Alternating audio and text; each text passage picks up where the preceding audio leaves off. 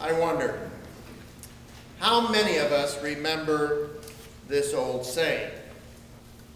Sticks and stones may break my bones, but flames will never hurt me.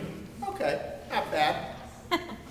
One of the earliest printings of this is said to be in an 1862 edition of the Christian Recorder, and it was meant as an encouragement to turn the other cheek to what we would call today verbal bullying.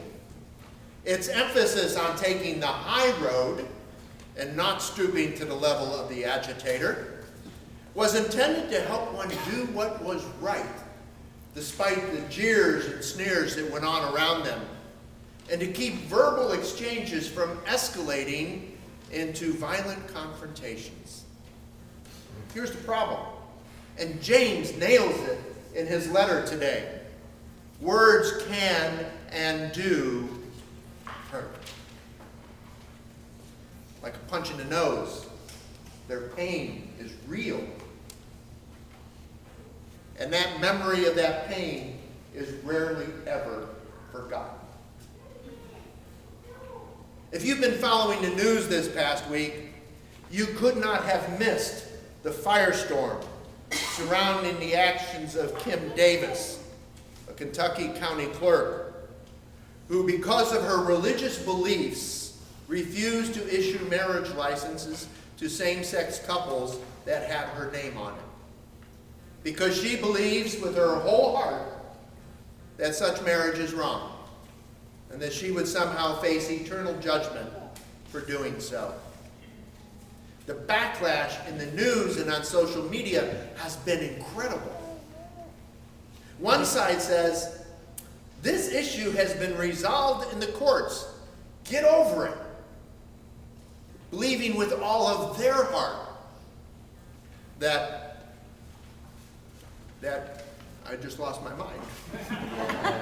Believing with all of their heart that the courts, in other words, the people, not the church, thereby extending not God, has the power and authority to say what's right and wrong in the world in which they live.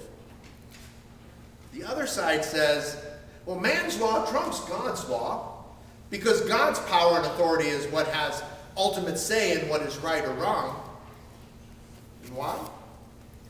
Because they say God is God and we're not. Well, for some, this is truly an argument about justice.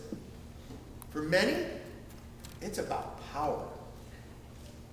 And there's always been a tension between the power of the state and the power of the church.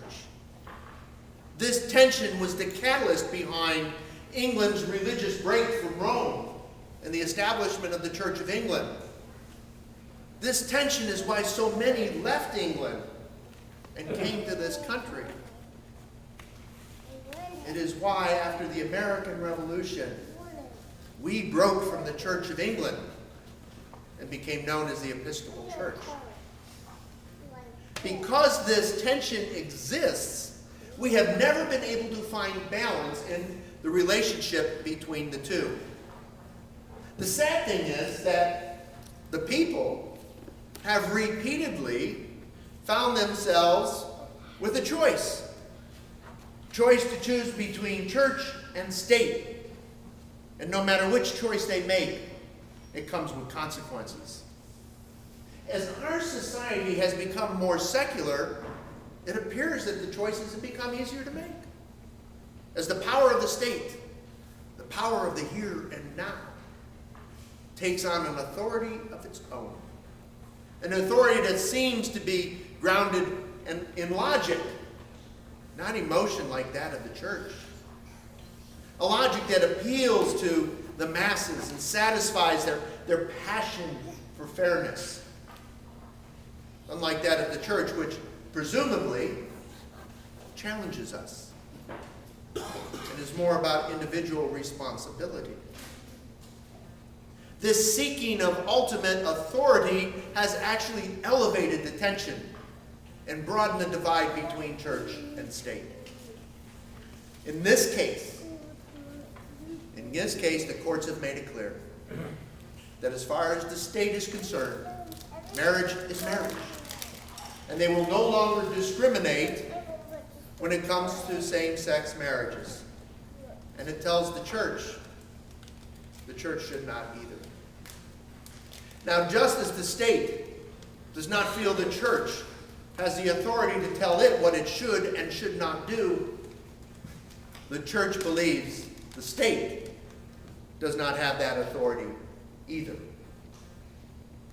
So what happens? The tension builds. The relationship remains unbalanced. And the way forward seems as polar as our politics. Why? Because the argument is not about the law. It's about power. Who has power over who? The state or the church? You see, if it was just an argument about law, then at least in my opinion, there's no argument. God's law wins. Why? Because whether you know the law of God as the Ten Commandments, or the Levitical law of the Old Testament, or the law of grace and mercy found in the New, God's law trumps the law of mankind if for any reason it came first. It precedes our laws and is the foundation upon which mankind's laws have been built. From the very beginning, all the way back to the garden, God's law can be summed up like this. It is about maintaining relationships between one another and with God.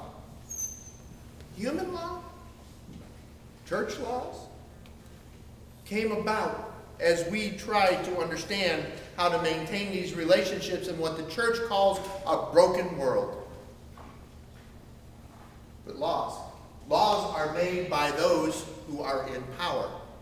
And as Paul writes throughout all of his letters, the law became more about holding on to that power than the relationships those laws were intended to preserve. This was not and is not a problem of the state alone, but a problem within the church too.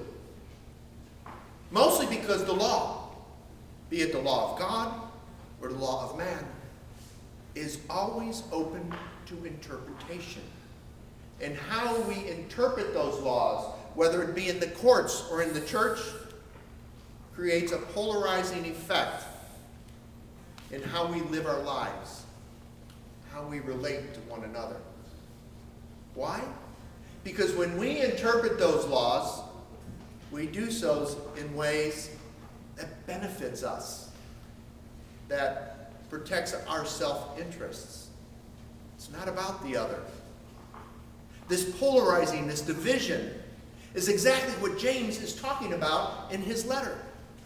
For James, faith based on God's love as it is revealed in and through Jesus Christ is not a love of division, but a faith and love that brings unity. How? By living in and being in relationship with one another and with God. For James, if we are in relationship, just because we disagree with someone, even if in our heart we believe they are completely wrong, we don't try to tear them down. We don't act as judge and jury. We are to try and lift them up. Encourage them to see beyond themselves so that they might see the Spirit that dwells in the other. In doing so, not only do we help them find their way, but we too find that the path we walk is not always so straight and clear. I don't know about you, but I have been appalled at some of the comments I have heard on the news and read in social media against and in support of Kim Davis. the attacks of rhetoric and condemnation on both sides are anything but Christian in nature. And some of the hateful things that I have heard in the media, from clergy, both in and outside of our denomination, and from people who I'm friends with on Facebook, leaves no room for tolerance. And then shuts down discussion that could help people see the work of the Spirit in the other. And maybe you've seen that kind of talk too. One struggle we face is that regardless where one is at on this debate, once things like this have been said, we can never look at the person who said them in the same way again.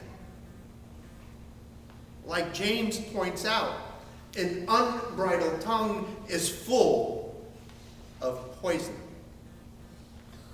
And even if we somehow find an antidote, the pain that poison caused is rarely ever forgotten.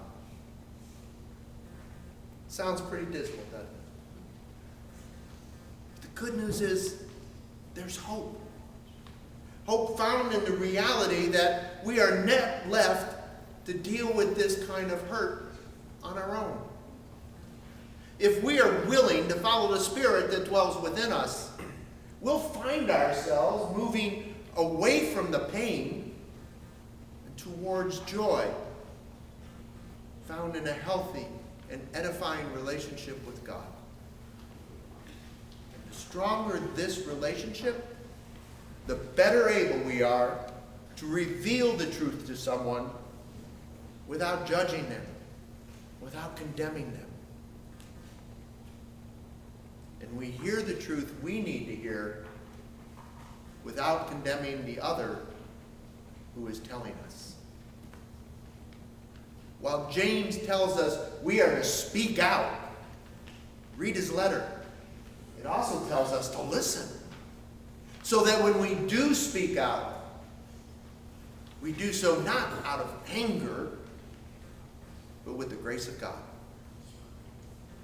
And when we do, the Spirit within each of us helps strengthen our relationships, and life becomes less about the conflicts we face and more about the joy we share.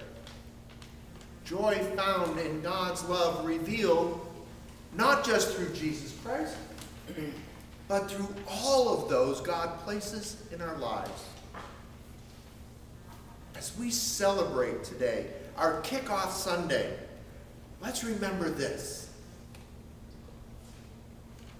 While words have the power to hurt, they also have the power to lift up. So this week, let each of us find someone to lift up with our words by sharing the joy we know as part of this community. Joy that comes, as our Facebook picture this week says, relationships unleashed because of the Spirit that dwells within us. Amen.